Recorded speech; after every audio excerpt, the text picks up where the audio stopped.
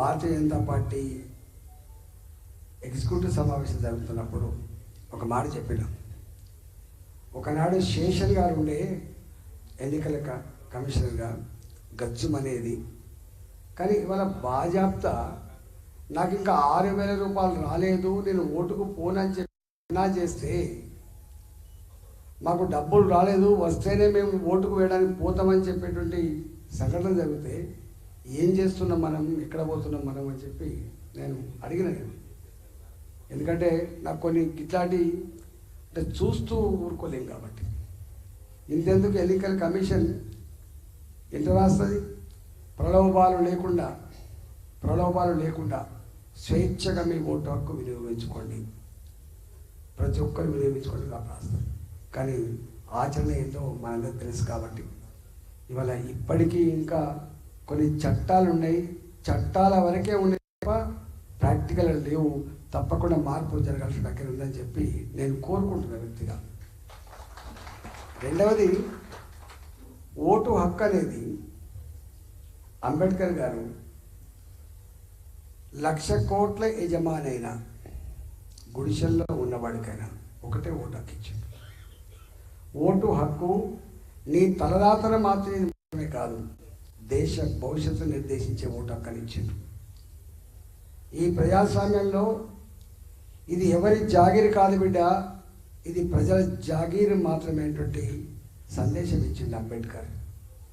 మీరే సుప్రీం, మీరే బాసులు ప్రధానమంత్రులు కాదు, బాసులు ముఖ్యమంత్రి గారు కాదు, మీరు చేస్తే వాళ్ళు బాస్ అవుతారు, మీరు చేస్తే ఒక ముఖ్యమంత్రి బాస్ అవుతారని చెప్పాడు. అందుకనే గిలగిల కొట్టుకుంటారు.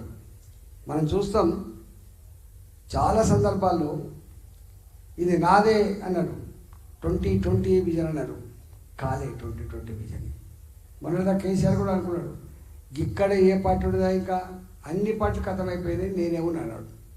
అన్ని పార్టీలు ఖతమైన నాడు మేము ఉన్నామని చెప్పిండ్రు తెలంగాణ ప్రజలు, గుర్తుపెట్టుకోండి. అందుకే తీర్పునిచ్చి సరే ఆ పార్టీ ఏంటిది, ఆ పార్టీ చరిత్ర ఏంటి, రేపు ఏం చేయబోతుందో అదొక అంశం. కానీ విర్రవీగే వాళ్ళకు, అధికారాన్ని కట్టబెడితే దాన్ని దుర్వినియోగం చేసే వాళ్ళకు, కళ్ళు నెత్తికెక్కి ప్రవర్తించే వాళ్ళకు ఏం జరగనో గది జరుగుతుందని చెప్పి మళ్ళీ మొన్న ఎన్నికలు ప్రూవ్ చేసింది. ఇంతమంది సీతారామరాయ గారు ఒక మాట గుర్తు చేసింది, నేను ఈ జిల్లాకు అతి ఎక్కువసార్లు వచ్చిన కావచ్చు, తెలంగాణ ఉద్యమంలో నేనే వచ్చేది, టీఆర్ఎస్ పార్టీ అధికారంకి వచ్చినప్పుడు నేనే వచ్చేది, ఇవాళ కూడా మళ్ళీ నేనే ఎక్కువ వస్తున్నా. నాకు ఈ జిల్లాతో అనుబంధం ఉంది కాబట్టి. ఒకనాడు ఖమ్మం అంటే అది తెలంగాణ లేదు, అంశం లేదు అని చెప్పి మాట్లాడే రోజులల్లా నేను గుర్తు చేసిపోయినా. 1969లో ఇప్పుడైనా నర్సయ్య వచ్చి కూర్చున్నాడు.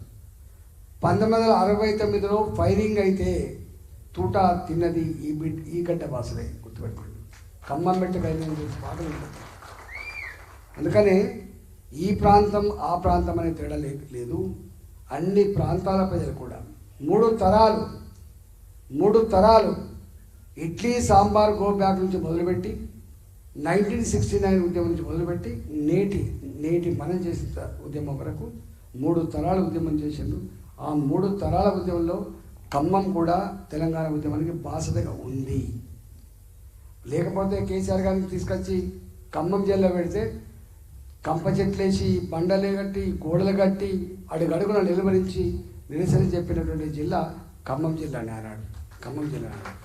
అందువల్ల ఈ జిల్లా ఆ జిల్లా తెలియకుండా ఉద్యమం జరిగింది. నేను నా వినమ్రంగా చేసే విజ్ఞప్తి, నాలాంటి వాడిని మీరు అసెంబ్లీలో ఒకసారి స్పీచ్ ఇచ్చినాను, ప్రతి విశ్వవిద్యాలయంలో ఒక పోరాట బొడ్రాయి పెట్టిందని చెప్పినాం.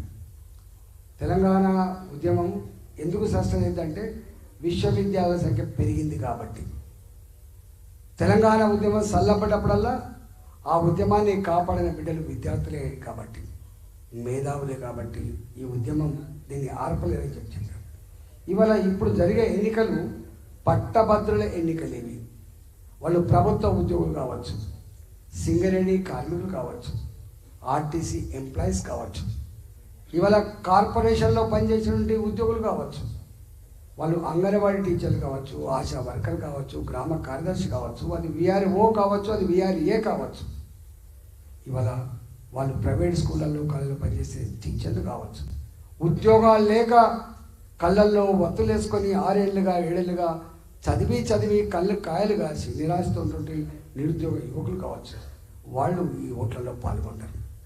కాబట్టి వాళ్ళు ఈ సమాజం పట్ల సునిశ్చిత పరిశీలన చేసి ఎవరు మనవాళ్ళు, ఎవరి మంది వాళ్ళు, ఏది మంచిది ఏది చెడుది తర్కించే సత్తా ఉన్న వాళ్ళ ఓట్లు ఇవి.